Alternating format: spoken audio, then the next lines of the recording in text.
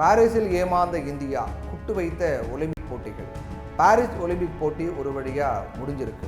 அடுத்த ஒலிம்பிக் போட்டி 2028ஆம் ஆண்டு லாஸ் ஏஞ்சல்ஸில் நடைபெற இருக்கு. போன 11ஆம் தேதி நிறைவு விழா பேரணியில் ஏந்தி வரப்பட்ட ஒலிம்பிக் கொடி இப்போ லாஸ் ஏஞ்சல்ஸ் நகர வந்தடைஞ்சிருக்கு. இந்த ஒலிம்பிக் போட்டியில் உலக நாடுகளின் பதக்கப்பட்டியலில் இந்தியா 71வது இடத்தை பிடிச்சிருக்காங்க.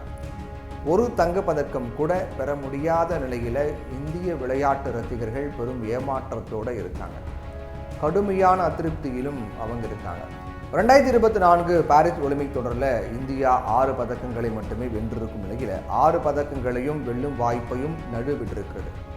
ஈட்டி ஒலிம்பிக் தொடரில் ஈட்டி எறிதலில் 1 வெள்ளி, அதே போல் துப்பாக்கி சுடுதல் 3 வெண்கலம், மல்யுத்தத்தில் 1 வெண்கலம், ஹாக்கியில் 1 வெண்கலம் வென்றது இந்தியா. ஆனால் மேலும் 6 வெண்கல பதக்கங்களை இந்தியா நூலிழையில் தவறு விட்டிருக்காங்க. 10 மீட்டர் ஏர் ரைஃபிள் ஆடவர் பிரிவில் இந்தியாவின் அர்ஜுன் பாபுதா 4வது இடம் பிடிச்சு வெண்கலம் வெல்லும் வாய்ப்பை தவறவிட்டார். வில்வித்தை கலப்பு அணி பிரிவில் இந்தியாவின் தீரஜ் அங்கிதா 4வது இடம் பிடித்து வெண்கல பதக்கத்தை தவறவிட்டாங்க.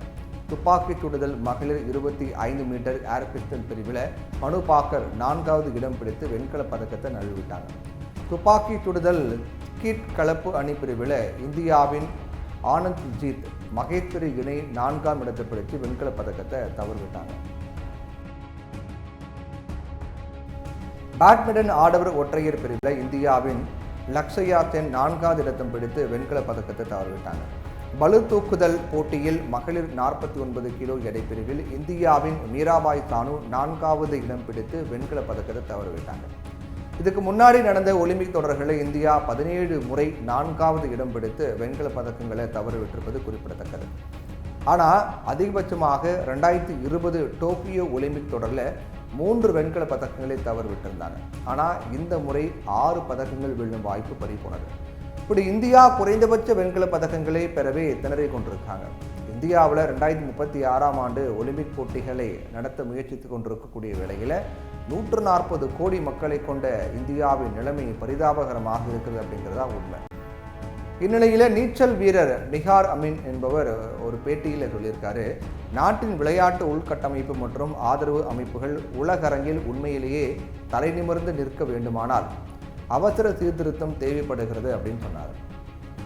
விளையாட்டு வீரர்கள் தங்களுக்கு தேவையானதை பெற்றுள்ளனர், ஆனால் அவங்களுக்கு வழங்கப்பட்ட பயிற்சி உண்மையில் உலகின் பிற பகுதிகளுக்கு இணையாக இருந்ததா அப்படின்னு பார்த்தீங்கன்னா அது ஒரு திறந்த கேள்விதான் அப்படின்னு அமீன் சொல்லியிருக்காரு. குறிப்பாக நாம் ஏற்கனவே லென்ஸ் பகுதியில் சுட்டிக்காட்டப்பட்டது போல சில விளையாட்டுத் துறையில் கிராமப்புற மக்களுடைய ஈடுபாட்டை அதிகரிக்க வேண்டும் என்பதையும் அமீன் குறிப்பிட்டிருக்கார். மாவட்டங்களில் அடிப்படை வசதிகளின் பற்றாக்குறை வரவிருக்கும் திறமையானவர்களின் வளர்ச்சியை தடுக்கிறது. இந்தியா பதக்கம் வெல்ல வாய்ப்புள்ள நீளம் தாண்டுதல், தடை தாண்டுதல், நீச்சல் போன்றவைகளில் தங்கம் வெல்ல இது அவசியம் அப்படின்னும் அமீன் சுட்டிக்காட்டியிருக்காரு.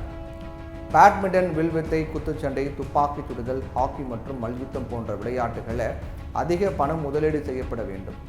இது எல்லாம் கூட இந்தியாவின் பதக்க வாய்ப்புகளை பிரகாசமாக்கக்கூடியவை என்பதும் குறிப்பிடத்தக்கது.